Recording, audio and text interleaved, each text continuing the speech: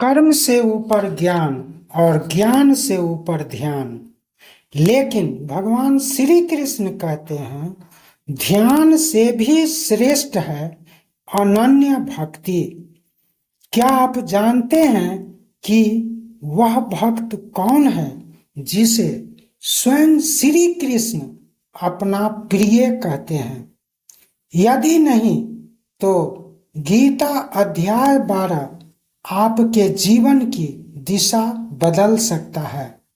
दोस्तों, मैं हूं एनपी सुशील और आप इस वक्त देख रहे हैं अपना पसंदीदा चैनल नागा साधना, जहां आज मैं सुना रहा हूं भगवत गीता का 12वां अध्याय। आप तैयार हो जाइए भगवत गीता के 12वें अध्याय के सागर में डुबकी लगाने के लिए।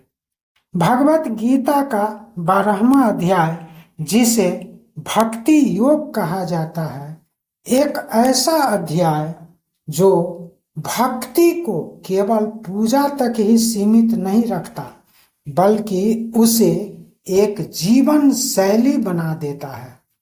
अर्जुन भगवान से एक अद्भुत प्रश्न पूछते हैं, श्रेष्ठ कौन है?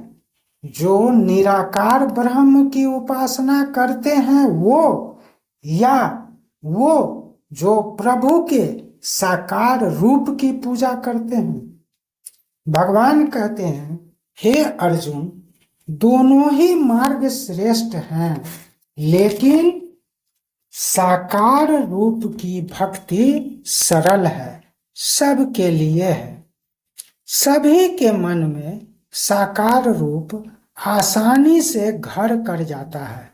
निराकार भक्ति सर्वसाधारण भक्तों के पहुंच से परे है।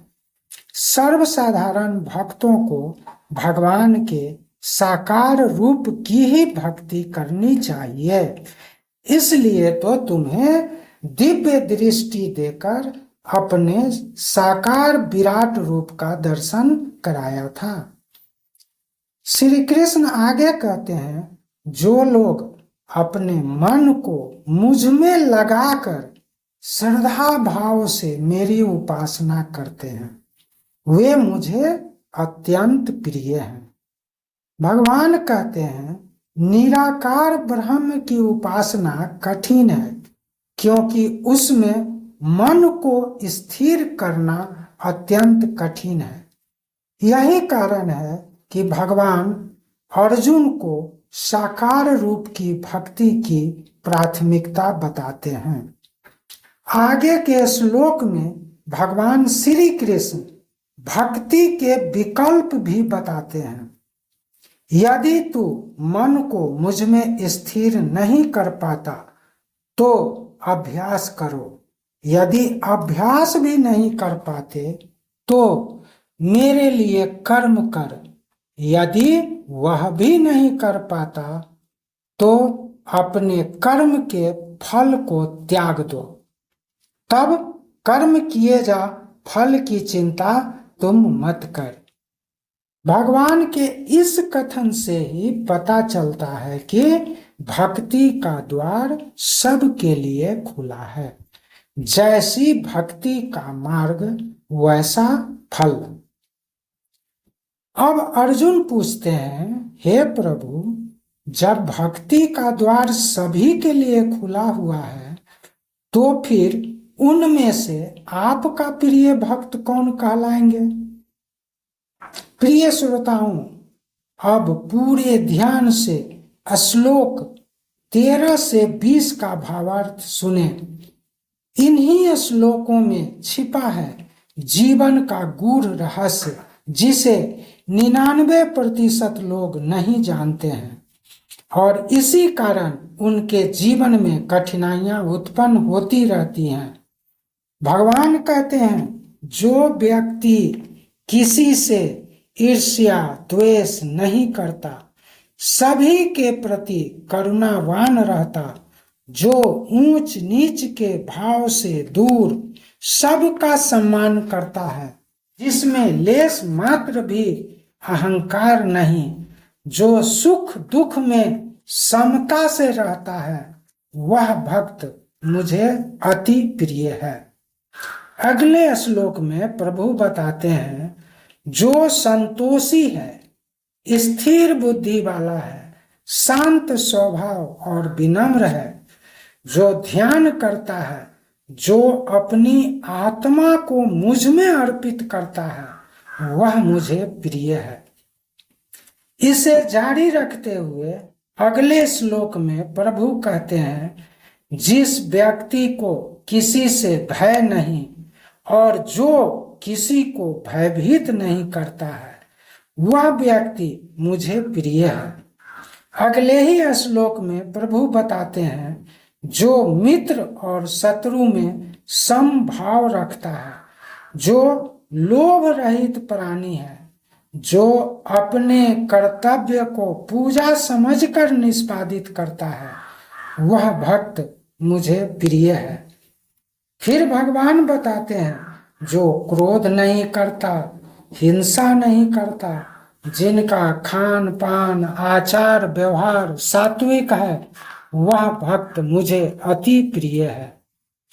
अंतिम श्लोक के द्वारा हमें संदेश दिया गया है कि जो व्यक्ति इन श्लोकों में कहे गए धर्म युक्त अमृत ज्ञान को श्रद्धा और प्रेम से जीवन में अपनाते हैं, वे भगवान के लिए अति प्रिय हैं।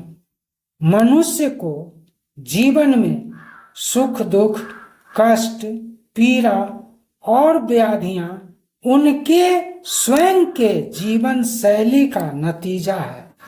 श्रोताओं, श्री कृष्ण यहाँ केवल पूजा की बात नहीं कर रहे हैं, वे हमें जीवन जीने की शैली बता रहे हैं।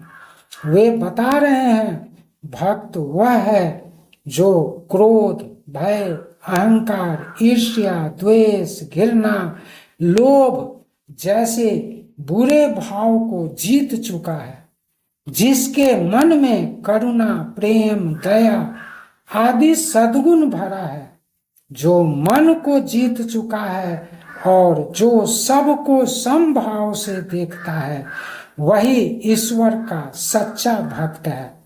ईश्वर भी उनको ही अपना प्रिय मानते हैं।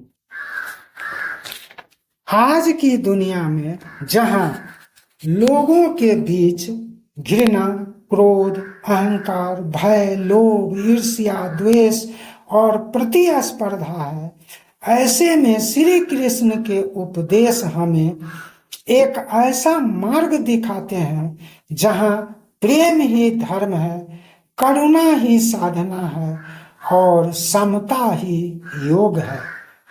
अगर आपने यह अध्याय ठीक से समझ लिया और इसका अक्षरशः पालन किया तो न केवल जीवन जीने की शैली बदल जाएगी, न केवल भक्त बनकर रह जाएंगे, बल्कि स्वयं परमात्मा की निकटता हर पल महसूस करेंगे।